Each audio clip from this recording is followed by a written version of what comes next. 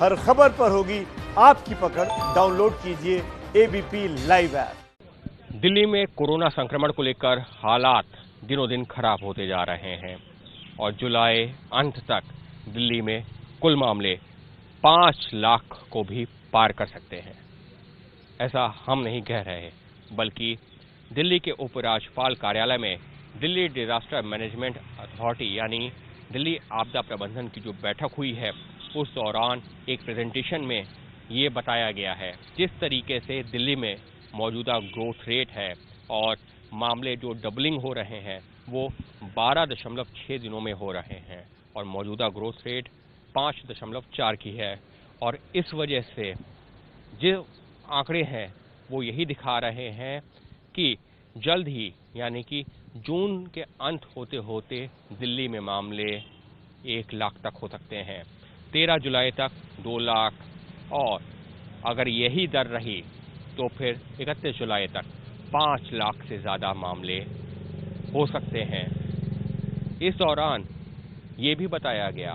कि जिस हिसाब से मामले बढ़ेंगे वेंटिलेटर की भी ज़रूरत पड़ेगी और अगर 31 जुलाई तक मामले 5 लाख पार कर जाते हैं तो फिर करीबन 80,000 वेंटिलेटर्स की ज़रूरत पड़ेगी, जो कि एक बहुत चुनौतीपूर्ण कार्य है क्योंकि फिलहाल दिल्ली सरकार के पास अस्पतालों में जो बेड हैं वो करीबन 10,000 हैं और अगर मामले 5 लाख पहुंच जाते हैं तो इलाज कैसे होगा, फिलहाल किसी के पास इस बात का कोई जवाब नहीं है। कहा यह जा रहा है कि कोशिश की जा रही है बेडों की संख्या बढ़ाई जाए, लेकिन जो स्थिति है वो डराने वाली है। इतना ही नहीं, दिल्ली के स्वास्थ्य मंत्री सत्येंद्र जैन ने तो यहाँ तक कह दिया कि फिलहाल दिल्ली में अब जो मामले सामने आ रहे हैं वो ये दिखा रहे हैं कि यहाँ पर देश की राजधानी में कम्युनिटी स्प्रेड भी हो सकता है। क्यों? क्योंकि कम्युनिटी स्प्रेड में तब कहा जाता है जब जो कांटेक्ट ट्रेसिंग है वो उस तरह से नहीं हो सकती, यानी कि कांटेक्ट में कोई संक्रमित व्यक्ति है, उसके संपर्क में कौन व्यक्ति आया और कौन जो है कोरोना संक्रमित हुआ, जब ये पता लग पाना मुश्किल हो जाता है और या ये पता लग पाना मुश्किल हो पाता है कि जो संक्रमित व्यक्ति है उसको संक्रमण कहाँ से हुआ, तो फिर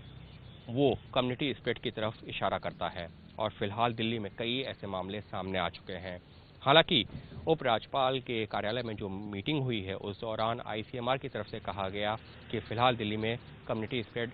नहीं है, लेकिन दिल्ली के स्वास्थ्य मंत्री अभी भी यही बात कर रहे हैं कि जिस तरीके के मामले सामने आए हैं वो तो यही इशारा कर रहे हैं कि दिल्ली में स्प्रेड ज़रूर हो रहा है। अब ये कम्युनिटी स्प्रेड है या नहीं, ये तो जो तकनीकी लोग हैं या जो एक्सपर्ट हैं वो ही बेहतर बता सकते हैं, लेकिन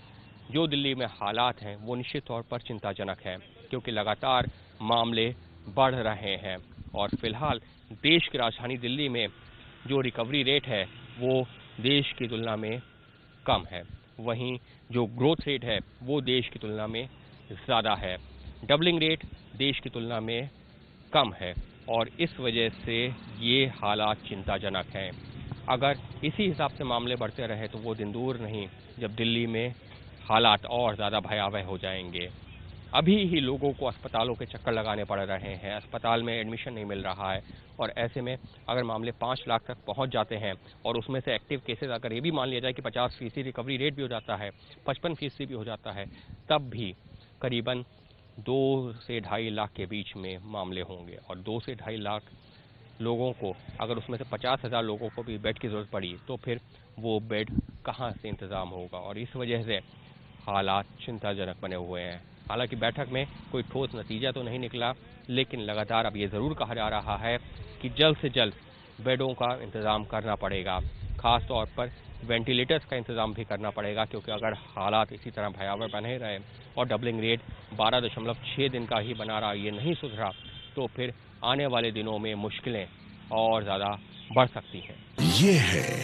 एबीपी न्यूज़, आपको रखे आगे।